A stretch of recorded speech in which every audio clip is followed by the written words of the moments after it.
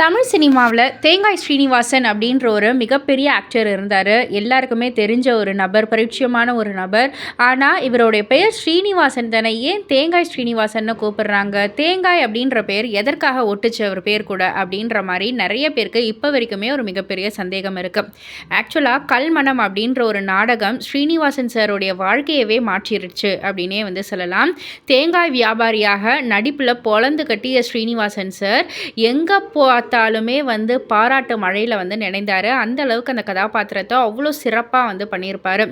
நாடக விழாவுக்கு வந்திருந்த நடிகர் தங்கவேலு அவர்கள் மேடையில் ஸ்ரீனிவாசனை அழைத்து பாராட்டினார்.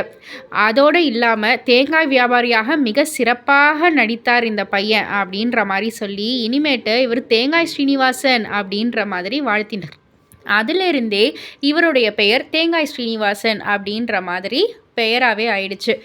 இதை பற்றி உங்களுடைய கருத்து என்ன அப்படின்றத கீழே உள்ள கமெண்ட் பாக்ஸில் குறிப்பிட்டு சொல்லுங்கள். மறக்காமல் சினி வேர்ல்ட் சேனலை சப்ஸ்கிரைப் பண்ணி பக்கத்தில் உள்ள பெல் ஐக்கானை கிளிக் பண்ணிவிடுங்க.